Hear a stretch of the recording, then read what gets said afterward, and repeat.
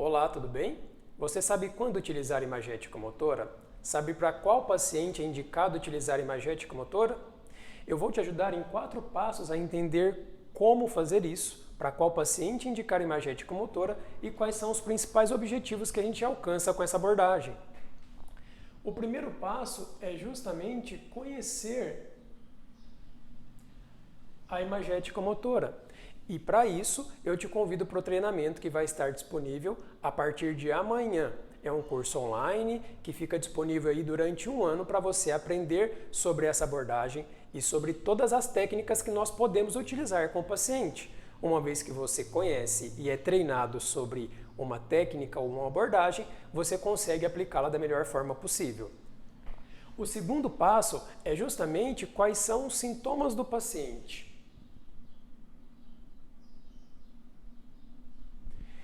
Os pacientes que têm dor crônica geralmente já têm uma indicação para a imagética motora, porque são pacientes que quase sempre ou sempre apresentam alterações fisiológicas do sistema nervoso central, alterações cognitivas, comportamentais e psicológicas que vão ser, de certa forma, manejadas pela imagética motora.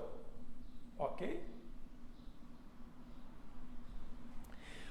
Outros sintomas, como por exemplo a alodínia, que é aquela sensação ou a dor referida pelo paciente em um estímulo que não é para ser nocivo, também pode se beneficiar da imagética motora, porque o paciente consegue então ser exposto a vários estímulos, consegue ser manejado sem que necessariamente ainda haja o estímulo no corpo.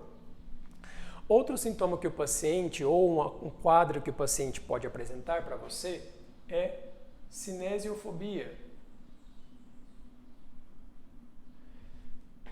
A cinesiofobia, que é um medo aversivo do movimento, incapacita o paciente de realizar atividade física, de realizar os exercícios, e a imagética motora te permite expor ao paciente ao movimento, a experiência do movimento, antes mesmo de realizar o movimento.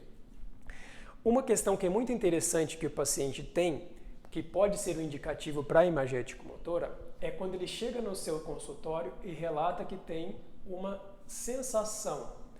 Ou seja, é uma dor que ele não sabe explicar, uma dor que ele não sabe o que melhora, o que piora essa dor, uma sensação esquisita que às vezes é confundida com sintomas parestésicos, às vezes confundida com um sintoma que ele não sabe explicar, ou cada momento tem um significado, como por exemplo, uma hora é fisgado, uma hora é aperto, uma hora é uma sensação dissipada, quase nunca relacionada com um fator que sempre piora ou sempre melhora esse paciente. Então, geralmente, é um paciente complexo, que tem dor generalizada no corpo ou desproporcional e sintomas que você não fica claro, ou não tem claro uma justificativa biológica. O terceiro passo é pedir para o paciente desenhar para você, dentro do mapa corporal, como ele se enxerga, o que ele sente, pedir para o paciente desenhar ele para você. Então, geralmente, o paciente vai fazer ali um desenho bem, simples, mas vamos supor que o paciente tem uma dor na perna, por exemplo, e ao invés do paciente desenhar uma perna comum, ele vai desenhar para você uma perna toda dismórfica, ou seja, aquele mapa corporal dismórfico, todo irregular e que o paciente refere que ele sente ou reconhece o membro dele daquela maneira, vai dar um insight para você que aquele paciente tem uma possível alteração não só da imagem corporal, mas também do reconhecimento que ele tem ou dos estímulos que vêm do corpo dele que estão irregulares com relação a essa representação, a alteração da representação do corpo no cérebro, e tudo isso pode então justificar também que o paciente precise de passar pelas técnicas que estão dentro da imagética motora. Só para lembrar, a imagética motora ela é uma abordagem que pode compreender várias técnicas, como terapia do espelho, a imagética explícita, julgamento direito-esquerdo, realidade virtual, atenção e distração e etc. Então, a imagética motora não é só a imaginação ou simulação mental dos movimentos, e sim essas várias técnicas que estão compreendidas dentro dessa abordagem. A imagética motora graduada É uma abordagem que gradativamente, através de algumas dessas técnicas, expõe ao paciente.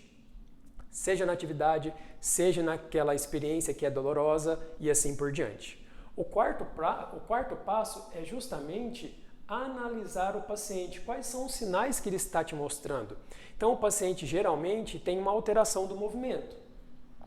Essa alteração do movimento pode ser por rigidez, por falta de força, e isso é uma justificativa também para você já abordar o paciente com exercícios ou com exposição gradual dentro de uma atividade. O paciente que tenha, por exemplo, uma alteração de tônus,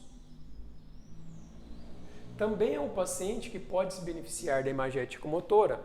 Assim como na alteração do movimento, várias dessas alterações podem ser primárias ou secundárias, ou seja, decorrentes do desuso, do não uso aprendido.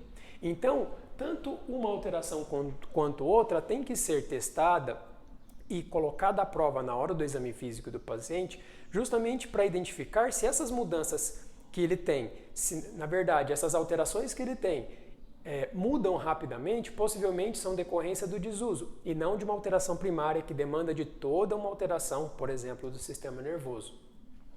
Os pacientes também podem apresentar alguns comportamentos como hiperproteção ou hipervigilância. Esses pacientes vão ficar todo momento querendo cuidar do membro, a todo momento querendo não realizar algum tipo de atividade com o membro em questão, no caso então da hiperproteção, ou no caso da hipervigilância, a todo momento querer tocar o membro para ver como que está, se está doendo, testar o movimento daquele membro, e isso então são sinais que você pode investigar no seu paciente. E uma coisa muito importante também são justamente os testes sensoriais e discriminatórios. Ou seja, esse paciente pode apresentar teste de discriminação de 2 pontos, de discriminação tátil, alterados. E esses testes alterados mostram para a gente que esse paciente pode ter alguma alteração, não só no tecido, na captação dos estímulos, mas também a nível cortical. Os objetivos com esses pacientes, então, dentro desse quadro geral, podem ser vários. Se você quer fazer a exposição gradual desse paciente, você pode utilizar a imagética motora.